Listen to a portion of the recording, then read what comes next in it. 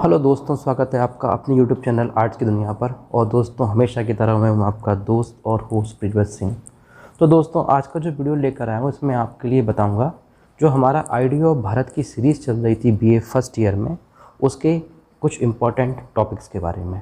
तो दोस्तों, टॉपिक की अगर मैं बात करूँ आपसे, तो इसका जो पहले वाला वीडियो मैं अपलोड किया था, उस वीडियो में दोस्तों मैंने आपके लिए बताया था ब्राह्मी लिपि के बारे में। दोस्तों, ब्राह्मी लिपि आपकी यूनिट 2 का टॉपिक है और ये क्वेश्चन बहुत बार पूछा गया है। जैसा कि आप लोग जानते हो कि फर्स्ट ईयर का जो एनईपी है पिछले साल से शुरू हुआ है और उसमें लास्ट ईयर पेपर हो चुके हैं। अब ऐसे स्टूडेंट्स जो सेकेंड ईयर में आए हुए हैं उनका सेकेंड ईयर में सिलेबस चेंज हो जाएगा, और जिन्होंने फर्स्ट ईयर में एडमिशन लिया हुआ इस साल उनका आइडिया भारत रहेगा फर्स्ट ईयर में। तो दोस्तों, उस बेसिस पर ब्राह्मी लिपि से क्वेश्चन आपके लिए ज़रूर बनेगा और पिछले वीडियो में उसके बारे में पूरा बताया हुआ था। अब बात करते हैं कि आज का वीडियो में हम क्या डिस्कस करेंगे। तो बोलूँ तो ये समझाऊंगा मैं आपके लिए कि आप अपने आंसर को परीक्षा में आप किस तरह से लिख सकते हैं। ऐसे कौन से महत्वपूर्ण तथ्य हैं जो आप ब्राह्मी लिपि से अगर क्वेश्चन आता है और आप लिखते हैं तो उसमें आप इन चीज़ों को मेंशन करके, इन तथ्यों को लिखकर बहुत अच्छे नंबर पा सकते हैं। तो ये मैं आपके लिए आज की वीडियो में बताने वाला हूँ। तो दोस्तों, अगर आप नए हैं मेरे चैनल पर तो आप चैनल को सब्सक्राइब कर सकते हैं। और आइए शुरू करते हैं हम आज का वीडियो। तो देखिए, यहाँ पर लिखा हुआ है ब्राह्मी लिपि से संबंधित महत्वपूर्ण तथ्य। तो यहाँ पर आपके लिए क्या बता रहे हैं कि कुछ पॉइंट्स हैं। पॉइंट्स इन द सेंस, जैसे आप देख सकते हैं कुछ इस तरह से 3, 4, 5, 6, 7 पॉइंट हैं और इन पॉइंट्स में आपके लिए मैं बहुत कुछ बताना चाहूँगा। तो दोस्तों, आप देख सकते हैं ऐसा पहला पॉइंट लिखा हुआ है यहाँ पर कि ब्राह्मी लिपि एक प्राचीन लिपि है। हमने पिछली वीडियो में डिस्कस किया था ये कि ब्राह्मी लिपि के बारे में किन किन लोगों ने ब्राह्मी लिपि पर मत दिया हुआ है। जैसे कि पिछली वीडियो में मैंने बताया हुआ था, अगर आपने देखा हुआ वीडियो तो, कि बहुत सारे लोगों ने ब्राह्मी लिपि के बारे में ये बोला है कि ये भारत की लिपि है, बहुत सारे लोगों ने ये बोला हुआ है कि ये विदेशी लिपि है। तो ये एक प्राचीन लिपि है जिससे कई एशियाई लिपियों का विकास हुआ है। प्राचीन ब्राह्मी लिपि के उत्कृष्ट उदाहरण सम्राट अशोक के द्वारा ईसा पूर्व में, ईसा पूर्व मतलब जो अभी समय चल रहा है वो चल रहा है दोस्तों ईसवी, और इसके पूर्व का समय मतलब बोलते हैं ईसा पूर्व, 3वीं शताब्दी में बनाए गए शिलालेखों के रूप में मिलता है। बहुत सारे दोस्तों अनुसंधान हुए, मतलब इतिहासकारों ने रिसर्च की हुई है। उसके आधार पर 6वीं शताब्दी ईसा पूर्व में भी ब्राह्मी लिपि के लेख मिलते हैं। तो मतलब आप समझ सकते हैं साथियों कि ब्राह्मी लिपि कितनी पुरानी भाषा है, कितनी पुरानी लिपि है।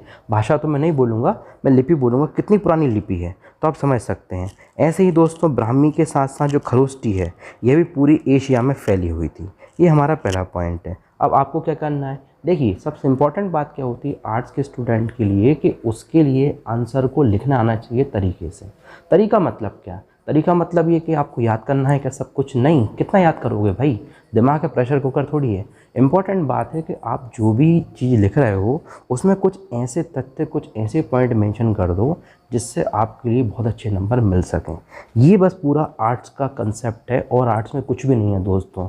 आपने देखा होगा, अक्सर आप लोग भी बात करते रहते होगे कि अरे कुछ नहीं, कॉपी भर के आ जाएंगे। तो भाई कॉपी भरने का ही काम है, लेकिन कॉपी ऐसे भरो कि कुछ तथ्यों के साथ भरो, कुछ फैक्ट के साथ भरो, जिससे आपके लिए नंबर बहुत अच्छे मिल सकें। तो ये पहला पॉइंट है। उसके बाद अगर हम बात करें तो दूसरा पॉइंट डिस्कस करते हैं। साथ में लिखा हुआ है अशोक ने अपने लेखों की लिपि को धम्म लिपि का नाम दिया था। तो अशोक की जो लिपि है उसका नाम क्या था? धम्म लिपि। अब यहाँ से मैं थोड़ा सा आपके लिए बताना चाहूँगा कि अगर आप किसी ऐसी यूनिवर्सिटी से हैं जिसमें आइडिया ऑफ भारत सिलेबस तो है आपका फर्स्ट ईयर में, लेकिन उसमें आपके जो ब्लूप्रिंट है पेपर का उसमें MCQs पूछे जाएंगे, मतलब वस्तुनिष्ठ प्रश्न पूछे जाएंगे। तो उस केस में भी आपके लिए दोस्तों ये वीडियो हेल्पफुल रहेगा, क्योंकि वस्तुनिष्ठ प्रश्न में आपके लिए क्वेश्चन बन सकते हैं कि अशोक ने अपने लेखों की लिपि को क्या नाम दिया है। तो धम्म लिपि आपको पता होना चाहिए। फिलहाल में हम आगे बढ़ते हैं। तो धम्म लिपि कहा गया है। धम्म लिपि की हम बात करें तो उसके लेखों में कहीं भी इस लिपि के लिए ब्राह्मी नाम नहीं मिलता, लेकिन बौद्ध धर्म, जैन धर्म तथा ब्राह्मण धर्म के ग्रंथों में उल्लेख मिलता है ब्राह्मी लिपि का। बात करते हैं तीसरा पॉइंट। प्राचीन संस्कृत ग्रंथों में यह बात आमतौर पर पाई जाती है कि जिस किसी भी चीज़ की उत्पत्ति कुछ अधिक प्राचीन या उसके निर्माता के रूप में बड़ी आसानी से पता ना हो तो उसको ब्रह्मा का नाम दिया गया है। तो उसके इसमें हम कह सकते हैं कि संसार की जितनी भी पुरानी लिपियाँ हैं वो सारी पुरानी लिपियों की कहीं ना कहीं नाम जो दिया गया है वो दैवी मतलब भगवान के रूप में दिया गया है। इसलिए हम ये कह सकते हैं कि चूँकि ब्राह्मी, मैंने भी आपको बताया कि बहुत पुरानी लिपि है, इसलिए इसका नाम ब्रह्मा के नाम पर दिया गया है, जो कि सबसे पुराने ईश्वर माने जाते हैं। तो एक पॉइंट आप याद रख सकते हैं। ऐसे ही दोस्तों कुछ और पॉइंट जैसे बौद्ध ग्रंथ का बताया हुआ है, यहाँ पर जैन धर्म का बताया हुआ है, भगवती सूत्र का बताया हुआ है। तो ये पूरी PDF जो है दोस्तों मैं अपने टेलीग्राम चैनल पर अपलोड कर चुका हूँ। मेरा ग्रुप है, वहाँ पर आप जाके ज्वाइन कर सकते हैं। डिस्क्रिप्शन बॉक्स में मैं लिंक दे दूँगा, तो आप डायरेक्ट जाकर वहाँ पर डाउनलोड कर सकते हैं, PDF को देख सकते हैं, पढ़ सकते हैं, और आपको वहाँ पर और भी पुराने PDF मिल जाएंगे जो आपको हेल्पफुल रहेंगे आपके और भी सब्जेक्ट्स में।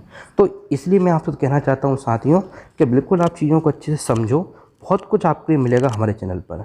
बात करते हैं कुछ और पॉइंट की। जैसे यहाँ पर लिखा हुआ है कि 668 में मतलब 668 ईस्वी में एक चीनी बौद्ध विश्वकोश फाशुलिन में ब्राह्मी एवं खरोष्ठी लिपियों का उल्लेख मिलता है।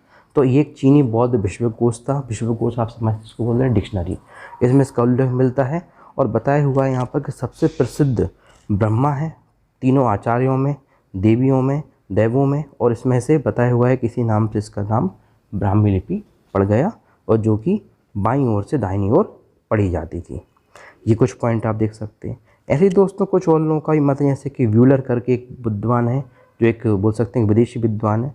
तो इन्होंने ये बोला है कि मान्यता रही है कि ब्राह्मी लिपि का निर्माण फिनीशियन लिपि के आधार पर हुआ, इसलिए उन्हें एरण के एक सिक्के का प्रमाण भी दिया था।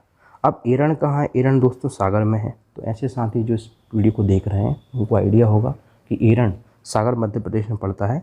तो एरण के जो सिक्के हैं वह तांबे के सिक्के मिले हुए हैं, जिसमें से एक शब्द ऐसा मिला हुआ है जिसका नाम है धम्म पालस। इस शब्द के अक्षर दाईं ओर से बाईं ओर को लिखे हुए मिलते हैं। तो ऐसा लगता है कि शायद जो एरण से मिले हुए अभिलेख हैं वो ब्राह्मी लिपि में लिखे गए होंगे। इसलिए व्यूलर ने इस अकेले सिक्के के आधार पर यह कल्पना कर ली कि आरंभ में ब्राह्मी लिपि भी सेमेटिक लिपियों की तरह दाईं ओर से बाईं ओर ही लिखी जाती थी। लेकिन अब दोस्तों यहाँ पर ओझा जी जो कि एक भारतीय इतिहासकार हैं, वो क्या बोलते हैं मैं आपको बताता हूँ। तो ओझा जी तथा अन्य अनेक पुरातत्वविदों ने व्यूलर की इस मान्यता का तर्कयुक्त खंडन किया है। खंडन किया है मतलब व्हीलर की इस बात को ये लोग सपोर्ट नहीं करते। जो हमारे भारत देश के इतिहासकार हैं उनका मानना है कि नहीं भाई तुम गलत बता रहे हो, किसी भी तरह से जो ब्राह्मी लिपि है वो विदेशी लिपि नहीं है, ये एक सेमेटिक लिपि नहीं है, बल्कि ये भारत की लिपि है। तो ये ओझा जी ने बोला हुआ है, इसलिए यहाँ पर ये लाइन दी हुई है। आगे लिखा हुआ है किसी सिक्के पर लेख का उल्टा आ जाना कोई आश्चर्य की बात नहीं है। तो ओझा जी क्या बोलते हैं कि भैया अगर कोई सिक्के पर उल्टा लिखा हुआ है इसका मतलब थोड़ी कि तुम हर किसी को ब्राह्मी लिपि घोषित कर दोगे, ये थोड़ी कि तुम हर चीज़ का कॉपीराइट अपने पास ले लोगे। तो सिक्के पर उभरे हुए अक्षर सीधे आने के लिए सिक्के के ठप्पे में अक्षर उल्टे खोदने पड़ते हैं, अर्थात जो लिपियाँ बाईं ओर से दाहिनी ओर लिखी जाती हैं उनके ठप्पों में सिक्कों की इबारत की पंक्ति का आरंभ दाहिनी ओर से करके प्रत्येक अक्षर उल्टा खोदना पड़ता है।